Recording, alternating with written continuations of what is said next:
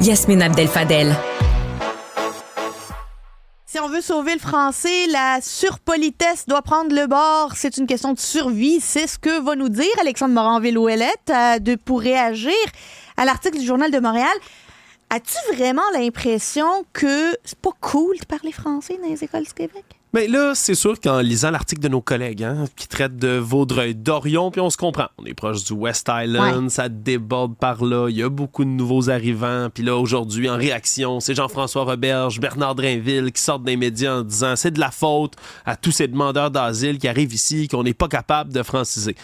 Là, c'est comme des élèves de secondaire 5 qui sont interviewés dans cet article-là. Là, c'est pas eux qui viennent d'arriver puis qui sont les enfants de demandeurs d'asile. On se comprend, ils étaient déjà là depuis un petit bout. Puis, certes, il y a une pression qui est surnaturelle, j'utilise ce terme-là, sur nos services de francisation puis sur notre capacité d'être capable d'accueillir puis de bien intégrer les gens qui viennent ici. Mais on parle pas des pas francophones, là, ici. On parle de personnes francophones qui parlent le français et qui étudient en français. Là. Ben voilà. Puis c'est là que... Honnêtement, moi, je suis inquiet. En lisant des textes comme ça, c'est pas surprenant pour moi, mais c'est inquiétant de voir tout ça. Parce que si on n'est pas capable d'intéresser même nos jeunes francophones à leur propre langue, comment on va être capable de faire survivre le français dans 10, 15, 20, 30 ans? T'es-tu en train de me dire que la publicité avec le faucon? Le faucon fonctionne pas? Ben, la publicité avec le faucon, qu'on aime ou qu'on n'aime pas, moi, c'est une tentative. Puis je pense que le combat pour la survie du français, parce que c'est un combat, puis c'est un combat, c'est une pente montante, on va se le dire. Plus le temps va avancer, plus on va continuer à être bombardé de produits culturels anglophones, produits culturels américains. Les réseaux sociaux, c'est en anglais. Les jeux vidéo, c'est en anglais. Tous les produits auxquels on expose nos jeunes, c'est en anglais. Fait quelque part, qu'on fasse des tentatives, là, moi, j'ai pas de problème avec la Coalition Avenir Québec qui essayait de faire quelque chose de différent. Puis c'était bizarre, franchement. Cette publicité, franchement, bizarre. Un peu cringe. Mais quelque part, ouais. Franchement malaisant, dirais-je, mais quelque part, c'était un essai. Puis quand on fasse de l'essai-erreur, l'important pour moi, c'est d'être proactif, d'essayer de trouver des solutions. Parce que là, d'avoir des jeunes qui disent « Ouais, c'est pas convenient de parler en français », mais excuse-moi, c'est parce qu'on soit on te l'a mal enseigné, le français, soit on t'a pas donné la passion pour ça. Oui, mais quand on était jeune, là, Alex, là, on disait que c'était cool, puis pas cool. Puis cool, là, ce que je sais, c'est pas français. Non. Il y a comme un jargon de jeunes qui se développe. Là, on n'était pas mieux. Là. Mais non, on n'était pas mieux. Mais c'est là aussi qu'il faut le dire. On n'était pas mieux. Puis quelque part, le franglais, là, cette espèce de mixité entre le français et l'anglais, c'est pas nouveau. Là. Il y en a-tu tellement ici au Québec des termes anglophones qui datent de la Révolution tranquille puis d'avant puis qui sont encore utilisés quelque part. Là. Oui. Un goaler au hockey, là. J'appelle encore ça un goaler. Ben oui, exact. Un break à bras. C'est pas un enfant de 5e secondaire qui dit ça, là. Ben non, mais ça, c'est un bel exemple de franglais. Quelque part, mais c'est dommage, mais pas dommage en même temps. Parce que si quelqu'un te parle tout en français, mais qui dit break à bras dans sa phrase, j'en ai pas de problème. Parce qu'il y a des termes comme ça qui vont finir par s'implanter dans notre langue. Puis le québécois, je pense que je suis rendu à parler de ça, le français, mais le québécois est appelé à muter. Hein? Ça va se transformer au fil des années. Puis malgré moi, j'intègre encore plein d'anglicismes là, quand je parle.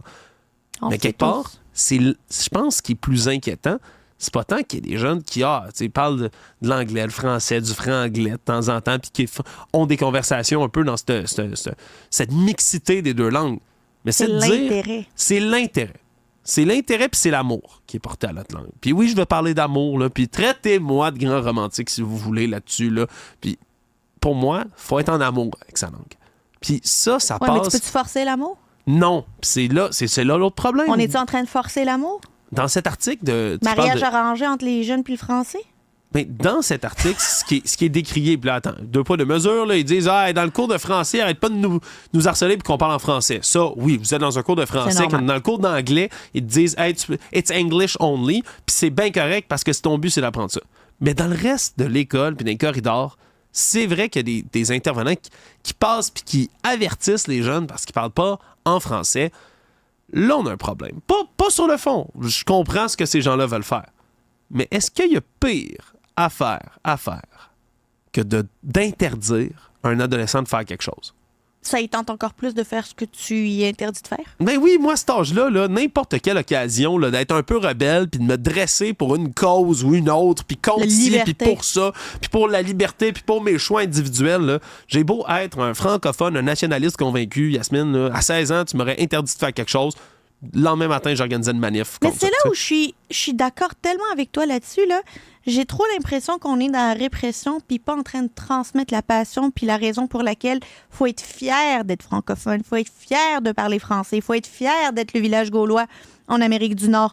On joue pas assez sur cette carte-là qui pourrait être intéressante pour les jeunes. Là. Oui.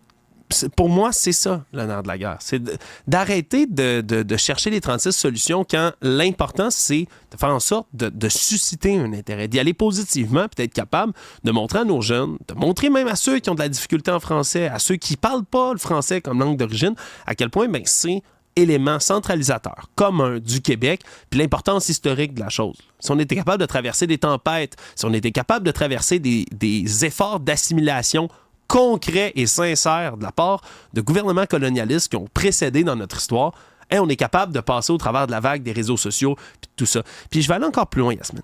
Moi, j'entends beaucoup de gens, là, puis souvent des gens plus vieux qui comprennent. Moi-même, là, je suis pas sur TikTok. Là. On se comprend? C'est vraiment quelque chose... C'est tellement le fun. Tu passes tellement de temps libre, là. Oui, c'est ça. Je sais, je suis droguée à ça. Mais démoniser TikTok, puis particulièrement les contenus francophones sur TikTok, bien ça, c'est contre-productif Bien aussi. sûr. Parce que quand j'étais jeune, là, moi, là, ça commençait les réseaux sociaux, puis des vidéos YouTube, là, puis les parodies québécoises d'Harry Potter, puis de Caillou, là, ça s'appelait Caillou Roche, ça sacrait à toutes les 2 secondes. Je connais encore ces vidéos-là par cœur. Ta claque. Et ça, c'est des référents communs. Willy Waller 2006. Puis sur TikTok, il y en a des jeunes francophones, des jeunes Québécois qui font du contenu francophone. Oui. Puis ça, il faut arrêter de le démoniser parce que les moyens maintenant d'amener la culture, puis d'amener le français, puis d'amener cet amour-là aux jeunes, c'est plate, mais c'est plus les grands reportages à Radio-Canada. C'est pas ça qui va intéresser Pas la le soirée jeune. canadienne, là. Non, ça va être du contenu de réseaux sociaux. Fait que pour trouver le moyen d'atteindre tout ça, pour trouver le moyen de rendre le français cool, pour trouver le moyen, c'est ironique que je dise cette phrase-là, mais le français cool, il y a des moyens qui sont plus positifs, mais il faut les trouver. J'ai pas toutes les solutions, mais donner l'amour, donner... Mais les influenceurs, là, ces réseaux sociaux qui parlent aux jeunes, là, En français, faut les soutenir.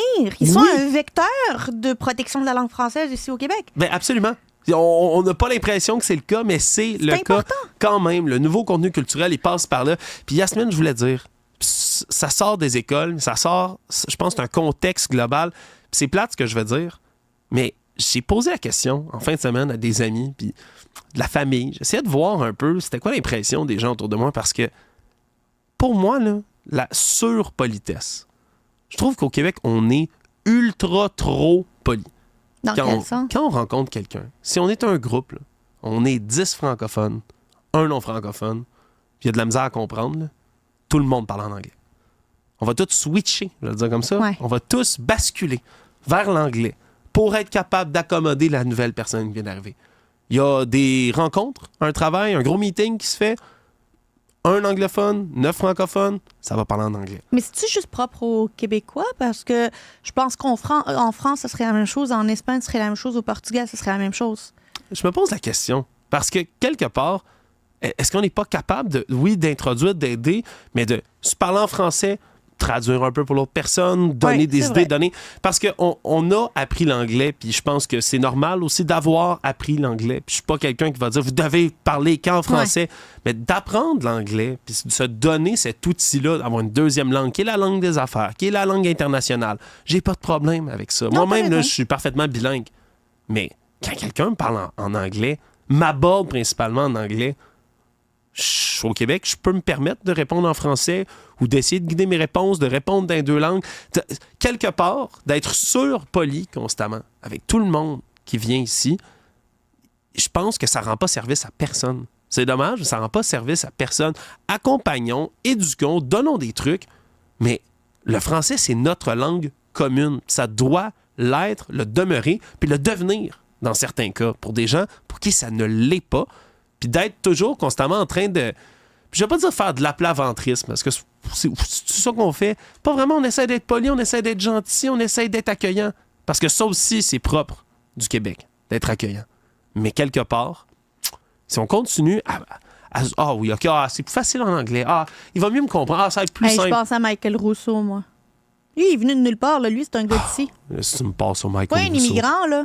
Non, Michael Rousseau, c'est terrible. Là. Puis il a toujours pas appris PDG de Air Canada. Toujours pas appris un saint mot de français. Pas La un gouverneure mot du générale du Canada, un pays bilingue, ne parle toujours pas un traître Elle mot non plus, de c'est pas une français. immigrante. non plus, elle non plus, c'est pas une immigrante. Là, si tu me passes sur ces cas-là, hey, je comprends là, que pour certaines personnes, des jeunes sont à l'école, puis ont plein de nouveaux arrivants, puis ils basculent en anglais, puis c'est plus facile pour moi de faire ça.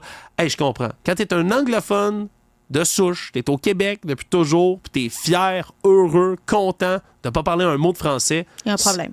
Ah, ça, c'est de l'aveuglement volontaire. C'est volontairement, tu dis non, j'apprends pas la langue ici, parce que je peux me permettre de pas l'apprendre, puis Ça ne changera rien à mon quotidien. les autres sont tellement polis qu'ils vont me parler en français si je les aborde en anglais. Et on se rappelle que notre Gigi national, notre gouverneur général qui a reçu Gabriel Attal, premier ministre de la France, l'a reçu en anglais.